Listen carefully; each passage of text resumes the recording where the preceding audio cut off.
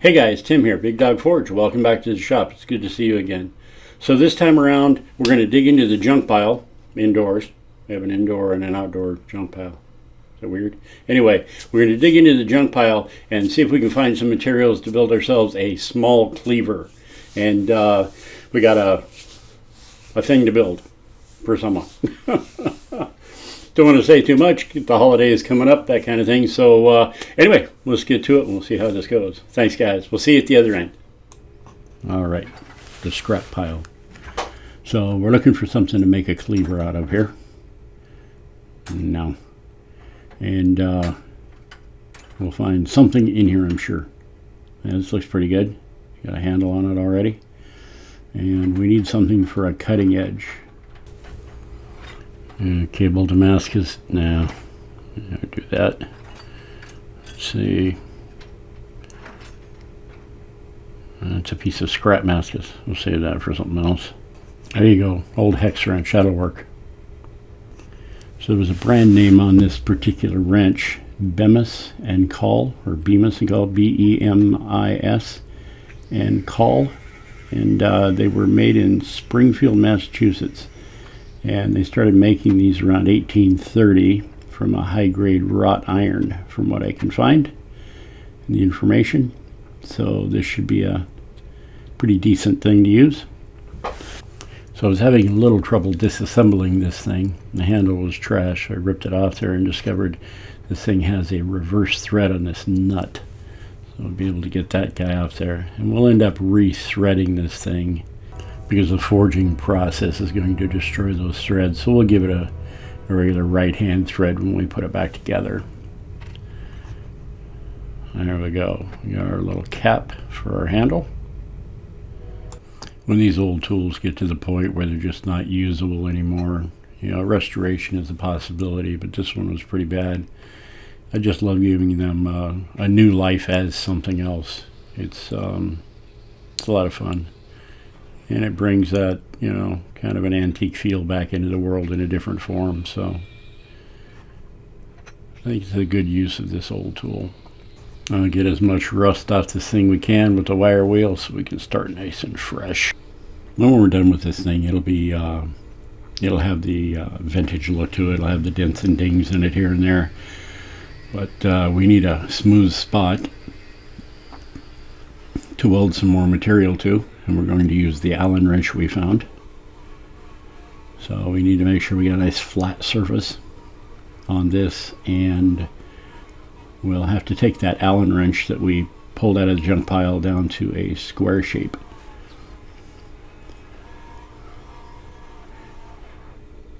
So this billet, I'm going to go ahead and leave that threaded pattern on the back in hopes that some of it will remain after all the forging, although I highly doubt it. So there's a company called Puyallup Flea Market. Puyallup is a city. It's a Native American name. It's right next to our little town. And there's a flea market there. And a couple of folks that we know run that. They're online. You can find them. And it's where I bought a bunch of these old tools.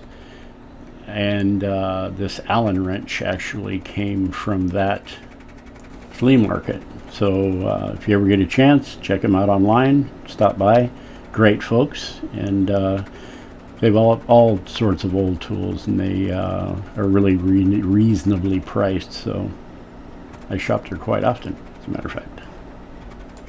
But Scrappy's doing a pretty good job of squaring up this Allen wrench. Now these Allen wrenches are, this particular Allen wrench is made out of a carbon steel. The ones that you see that are sort of a black or black coated looking thing, they have other elements in them. Chrome vanadium or other nickel or chromium alloys. And this is pretty much a straight carbon steel, somewhere between a probably 1050 and 1070 steel. They're not super high carbon. It'll be okay for a cleaver. We should be able to sharpen it up. It's definitely hardenable steel.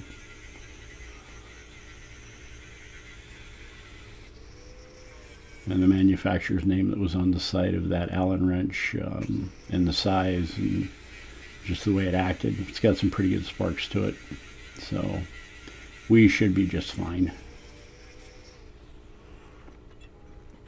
All right, and we got to flatten one edge of that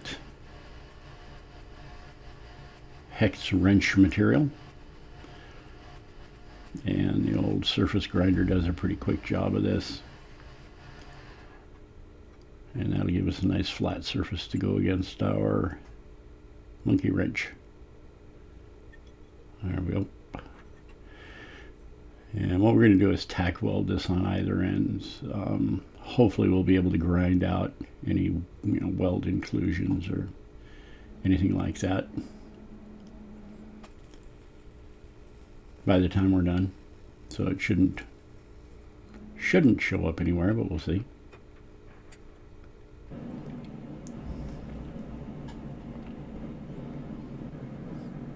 All right, get some flux on this thing once it's warmed up a little bit.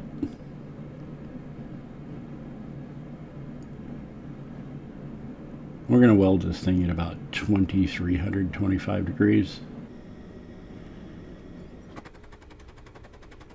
And the weld seemed to set okay, but we come to do our second weld and the drive pulley stripped out on Scrappy. And so we had to get it back into the forge and work as quickly as we could to replace that drive pulley. And here you go. This is the next go around. We did this in real time from the power hammer because people have been asking me, could you do just a little bit of real time use so I can see how quickly Scrappy moves? And there you go. That was that.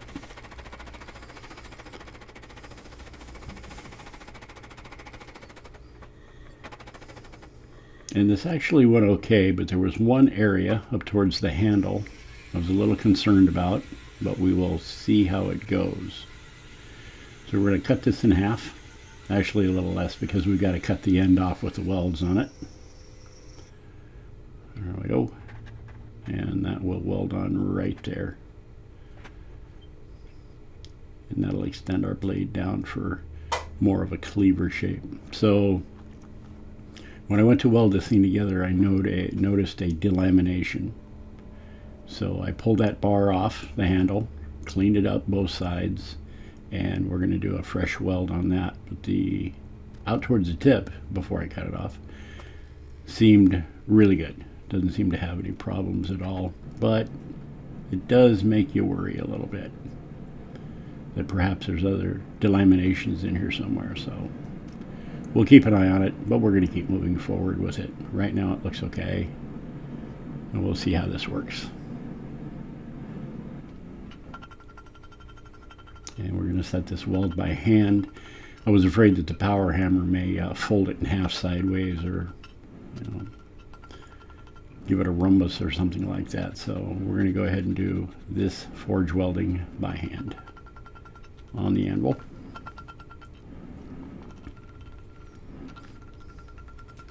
And we did have some of the material offset a little bit, which was not great. It could cause, again, cold shuts or have problems, and it wasn't exactly the right width. So when I stacked it, I centered everything, but still have a few concerns. I'm not exactly 100% positive that it's welding up real well here. I'm not seeing any dark spots that are cooling faster than others, any of that kind of thing, but once I get this thing welded up and I'm comfortable with it, it's flat or fairly flat, we're going to have to surface it to get those sides evened out. Oh, here we go. So the old surface grinder is going to make pretty quick work of this. I'm really glad I built this machine, and I've been using it a lot more lately, and it's just saving me a bunch of time. If you haven't seen the video on it, you should check it out. It was a really fun build. And we're going to file off as much of this weld back here behind the handle, going down to the blade as we can. I don't know if there's going to be much left in there or any left in there, but the handle should come right up to that area and hide it if there's any left, but we'll see. I'm being a little loose with this whole thing and not too worried about it. There's not a whole bunch of layers. It's only 4 layers, and it's just a pattern welded thing. And I wanted those stripes across those layers. Had a little bit of a flag look to it. And sort of an antique, maybe I don't know, but we'll see how that comes out.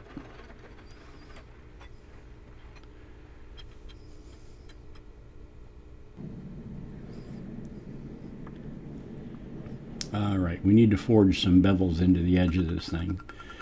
And we won't distort our super low layer pattern here too much, but I definitely want to give it more of a sort of a, I don't know, medieval axe look. Where's a curve at either end of the blade, and it's going to have a little bit of a belly on the blade. Kind of like that look, and I think it'll be fun.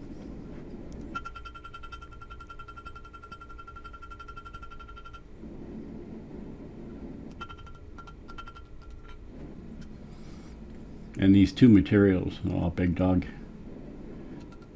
And these two materials are so dissimilar that they're scaling at a different rate. They look different in the fire, and it's giving me more concern that there may be delamination, but it's just the difference in materials. That medium carbon and the wrought iron.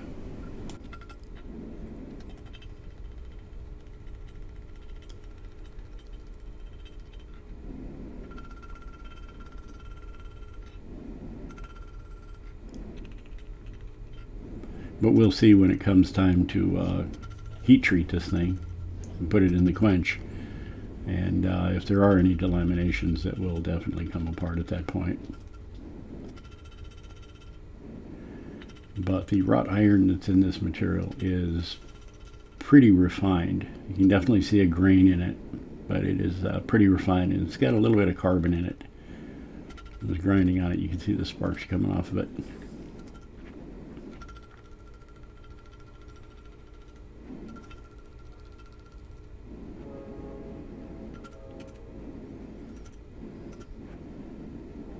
And we get things as straight as we can before we get this thing to the grinder.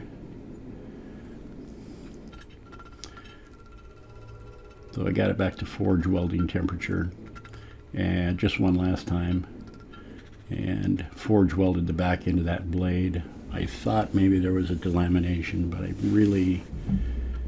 don't know. It's probably my imagination, but I'm not sure. We'll see how this goes.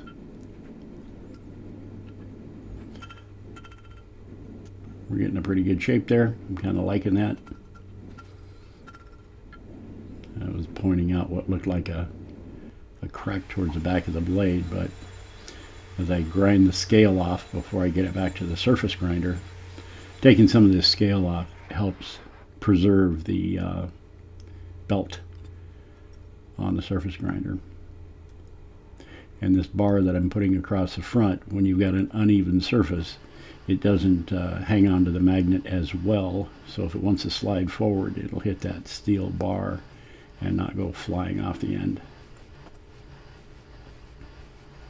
Like I said, this is a finer grit. The green belt on there is a 40 grit, and this guy is a 60 grit. And we'll clean up both sides and flatten the as much of the sides out as possible. We'll switch back over to the 40 grit belt and use our contact wheel here to knock some of the forge marks out of the bevels and get rid of some of the scale that are in the bevels before we head over to the 2x72. There we go. Nice. All right. So you work it up a little bit high, the belt travels back and forth, but down on the contact wheel it does really well. And this is something I think I'm going to use more in the future to just hog off some material. It works really well for this, so yeah, I like it. Clean up the backbone, and that'll prep us really well to get into the 2x72. And I mounted it in my bevel jig because I am not great at beginning bevels. Once they're established, I can pull it out of the jig and I do okay. But establishing the same bevel on both sides by hand is not my strong suit. So once we get some of the weight taken out of this thing and get the bevels evened out, we'll bring it down to an edge that's not too fine, because we have to heat treat this guy. And I didn't want to have to grind off too much after the heat treat and try to get it a fine finish then, so I figured I'd do it now. And just love being at the grinder, one about my favorite things. I think I'm going to stop for lunch here in a second. Yeah, it's looking pretty good. Yum. All right. We got her into the forge, brought her up to temperature, and you can see that gray where it's turned to martensite, and it worked out quite well. So back over to the 2x72, and it's good and hard. We're keeping it nice and cool while we're grinding it off. And I actually took this thing up to a 600 grit. And the reason I did that, I spent a little bit of time, is I'm going to hand sand it with a 400 grit. So going back down is going to be a little bit rougher finish, but it's still a 400 grit, and it should hand sand a little easier, because hand sanding is my next favorite thing. Oh boy.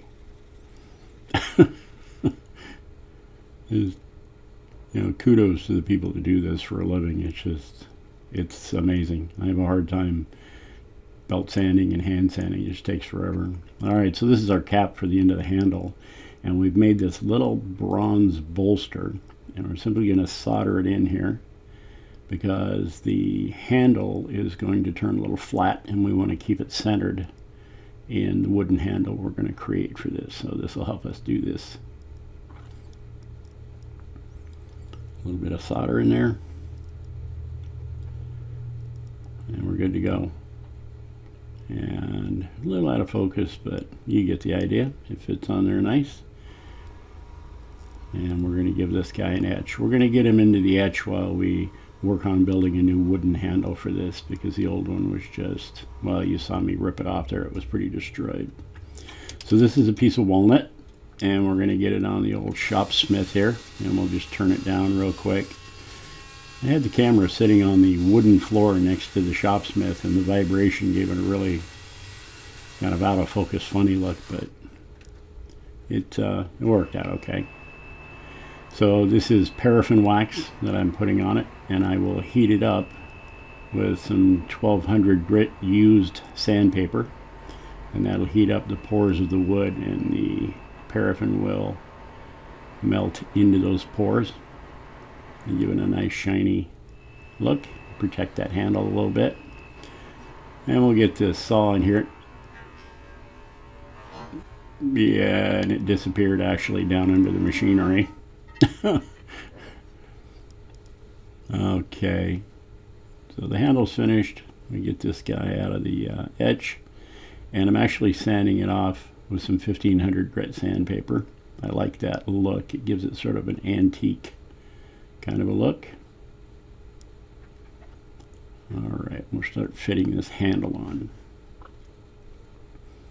So our cap,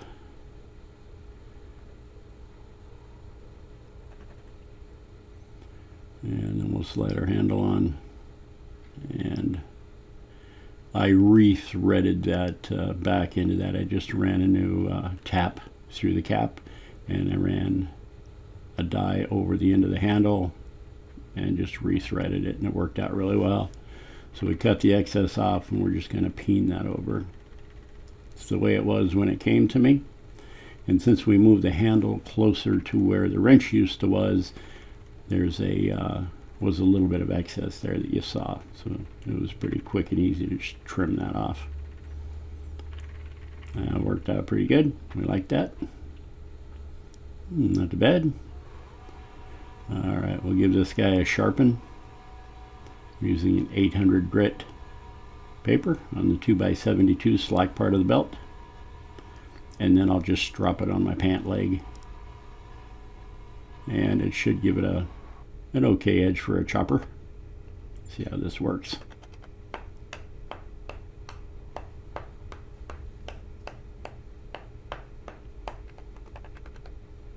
All right, grab a piece of paper here and see if it does okay.